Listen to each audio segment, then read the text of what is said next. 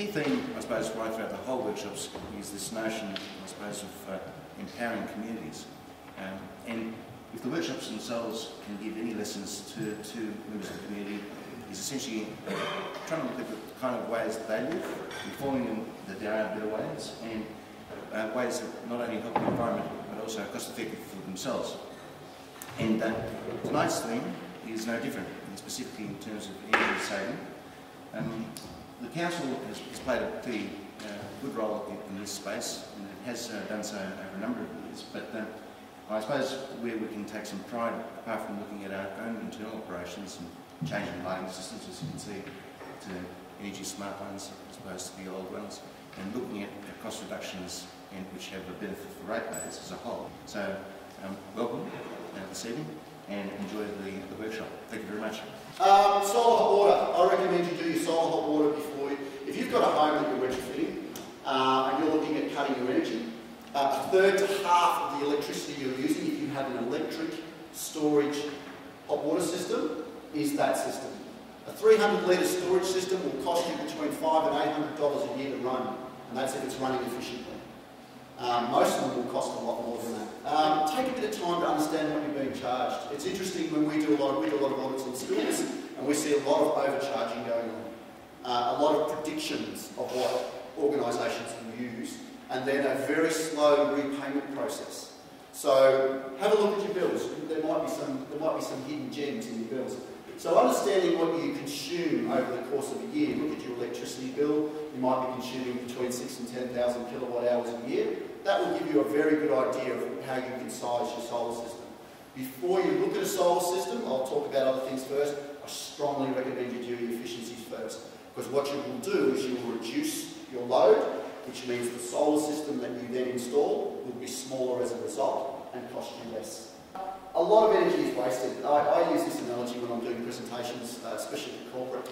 If, for example, in a lot of office areas, if wasted electricity was actually water coming out of your fittings, you would walk into your office knee-deep in water every morning. So much of the energy is wasted. We go into a lot of facilities where we see as much as 50% of the total energy that's used in that building is completely non-productive. It doesn't provide any service whatsoever. It's just completely wasted. And as I said, if it was water, it would be water flowing out the door. So we've inherited a very inefficient system. These are power factor correction devices, or voltage reduction and power factor correction.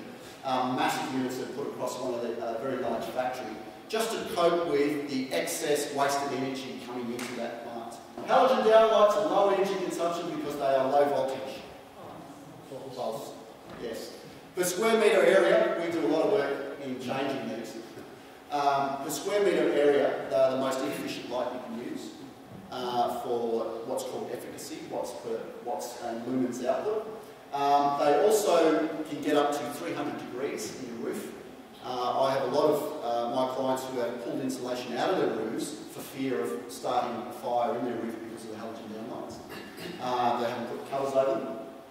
And they also create what's called an inversion layer, if you like, or they actually suck energy out of the room. What happens is you have a halogen downlight that's sitting in your roof. It gets up to, say, 250 or 300 degrees. That heat is rising quite rapidly.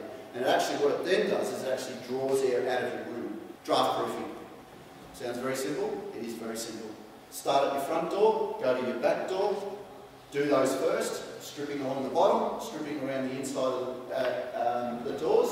You lose roughly 12 to 17% of your energy through your front and back doors, through drafts. Then go to your windows. Weather strip your windows around the insides and edges of your windows. What actually happens with your architraves, especially in older homes, many of you living in this area will have older homes. Timber moves, expands, contracts. What tends to happen with your architraves is when your windows were put in, there was a rather large gap around the window and the architraves went over the top of that and they sealed up that gap. What happens is your architraves will move and they'll move away from the wall, and you actually go up to your architraves. The best way to actually determine airflow in your house is buy an incense stick and go up to your windows and put it beside your architraves and just have a look at where the smoke goes. You'll start seeing air coming in through the sides of the window, especially in older homes. It's a really good exercise to do is to go into a home with an incense stick, seal up as much as you possibly can, light the stick, especially on a windy day, and just see where the air starts travelling in your home. start working out what the air patterns are in your home, and you'll quickly discover where your drafts are. There's no such thing as too much insulation. Now, if you're in a position where you're going to renovate or build, and you engage builders in a competitive process, they will quote you on the minimum. Okay? They will always quote you on the minimum. And the reason they will do that is because they're competing against the guy down the road. So if you want a better level of insulation, you have to state it and actually write it and say, this is the level of insulation that I want. I want an R factor of 6 in the roof, or I want an R factor of 3 in the walls, which is above the standards that you'll be quoted on. You have to state it, and then have everyone quote on that same parameter. Then you'll get a good idea of what you're getting. But insulate, insulate, insulate. There is no such thing as too much insulation. The best way to prevent heat getting into an area is stop it hitting a surface in the first place. A lot of people will invest in internal blinds. Once the heat's through your glass, it's in your room. It's just going to bounce off the blinds, bounce off the window, and just force its way in. You have to prevent that heat hitting your window in the first place. You can do that in a range of ways. You can tint the glass, you can cover the glass with a pergola or a retractable blind. Having something that's versatile so that you can actually prevent that heat hitting the window areas when you need to, and then obviously retract it when you want that winter sun, for example, to penetrate. So it's about air control. Making your home airtight is a good way to go about it, but you need to control the air. You don't need to seal up the house and keep it sealed. You just need to be able to control that air. If you've got drafts, you have no control over the airflow, and if you don't have control over your airflow, it's going to cost you money. As I said, the genie's out of the bottle. I'm seeing technology leapfrog itself in less than 6 months. I'm seeing things happen that quickly.